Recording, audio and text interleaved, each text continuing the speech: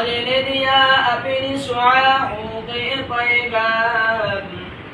دنیا ہے عجب چیز کو بھی خبروں کو بشام دنیا ہے عجب چیز کو بھی خبروں کو بشام আলহামদুলিল্লাহ আল্লাহ পাকের শুকরিয়া আদায় করতেছি যে মহান রব্বুল আলামিন আপনাকে আমাকে শাওয়াল মাসের প্রথম জুমার নামাজ আদায়ের জন্য আল্লাহ তাআলা আমাদেরকে কবুল করে জুমার মসজিদে জুমার নামাজের উদ্দেশ্যে জুমার নামাজ আদায় করার উদ্দেশ্যে আল্লাহ তাআলা আমাদেরকে নিয়ে এসেছেন সবাই শুকরিয়া আদায় করি আলহামদুলিল্লাহ আমি আগেও বলছি এখনো বলতেছি আল্লাহ তাআলা যে নিয়ামত দেয় সেই নিয়ামতটা পাওয়ার পর শুকরিয়া আদায় করতে হবে শুকরিয়া কিভাবে আদায় হবে তা আমি আরো কয়েক বিগত জুমায় আমি আলোচনা করেছিলাম সময় বলছি বিগত দিনে আজকে জুমার দিনে আল্লাহ তাআলাকে আল্লাহ যদি কবুল করেন ইনশাআল্লাহ আমি কিছু সময় হযরত বিলাল রাদিয়াল্লাহু তাআলা আনহু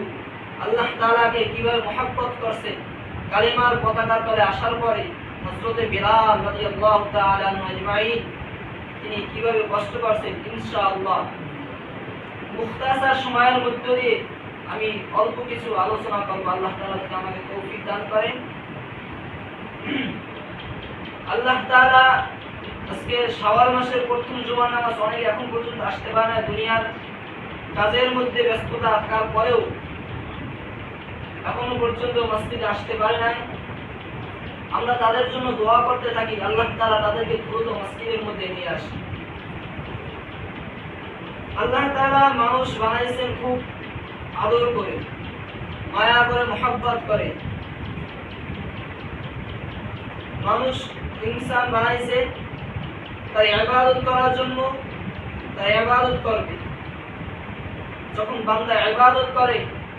তখন আল্লাহ তাআলা ডাক দিয়ে বলে ও ফেরেশতা তোমরা না মানুষ বানাইতে নিষেধ করছিলা আজকে দেখো তারা আজকে আমার ইবাদত করতেছে আজকে তারা আমাকে ডাকতেছে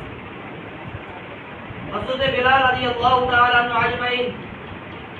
উমাইয়া ইবনে খালফ জাহান্নামের কীর্তদাস ছিলেন যখন শুনতে পারলেন হযরত বিলাল কালেমা পড়ছে মুসলমান হয়ে গেছে তখন ওই উমাইয়া ইবনে খালফ তাকে এত পরিমাণে শাস্তি এত কষ্ট দিতেছিলেন তারপর হযরত বিলাল রাদিয়াল্লাহু তাআলা আনহু আজমাইন তারপরও আহাদ বলে ডাকতেছিলেন হযরত বিলাল রাদিয়াল্লাহু তাআলা